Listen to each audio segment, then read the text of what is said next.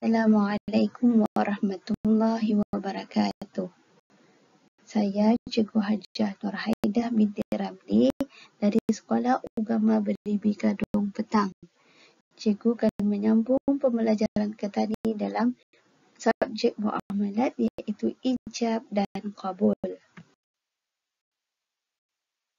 Rangkaian objektif pembelajaran kita ni pada hari ini. Di akhir pengajaran, murid-murid dapat menjelaskan maksud ijab dan qabul dengan jelas.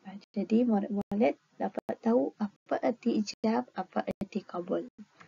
Baiklah, di sini kita ni lihat pengertian ijab dan qabul. Ijab adalah memberi tawaran sampai diterima sesuatu. Memberi tawaran sampai diterima sesuatu. Maksud ijab, tawaran menjual sesuatu kepada pembeli dengan harga tertentu. Manakala qabul adalah menerima. Maksud qabul itu penerimaan kepada tawaran yang ditawarkan kepadanya.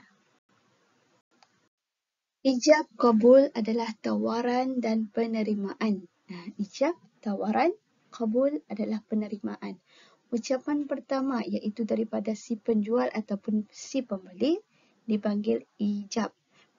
Manakala ucapan yang kedua adalah persetujuan, qabul. Ucapan pertama itu indah semestinya si penjual yang memulakan. Boleh saja si pembeli yang memulakan.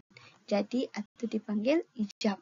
Manakala ucapan yang kedua itu adalah persetujuan, dipanggil qabul. Padamu barang ini dengan harga RM1. Itu ijab. Ia yang memulakan tawaran. Dan yang kedua, aku beli barang ini dengan harga RM1. Qabul. Ia setujukan mengambil barang itu dengan harga RM1. Sahaja pembelajaran kita ni pada hari ini.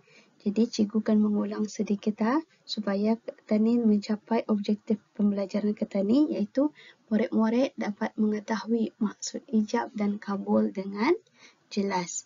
Okey, contoh ijab kata penjual. Aku jual kepadamu barang ini dengan harga RM1. Ataupun adalah barang ini untuk engkau dengan harga RM1. Ataupun barang ini jadi milikmu dengan harga RM1. Ataupun aku berikan kepadamu barang ini dengan harga RM1. Itu contoh-contoh ijab daripada si penjual. Manakala contoh daripada qabul, kata pembeli, aku beli barang ini, aku terima barang ini, aku redha barang ini, aku ambil barang ini, aku miliki barang ini dengan harga RM1. Okey, ijab itu tidak disyaratkan terlebih dahulu sebelum diucapkan qabul. Bahkan, sah jika qabul itu didahului daripada ijab. Contoh kata si pembeli, engkau jual kepadaku barang ini dengan harga RM1. Lepas tu si penjual menjawab, aku jual kepadamu. Itu contohnya si pembeli pulang dulu yang menjawab. Jadi, itu pun boleh dikira ijab dan qabul. Itu saja pembelajaran kita ni pada hari ini. Assalamualaikum warahmatullahi wabarakatuh.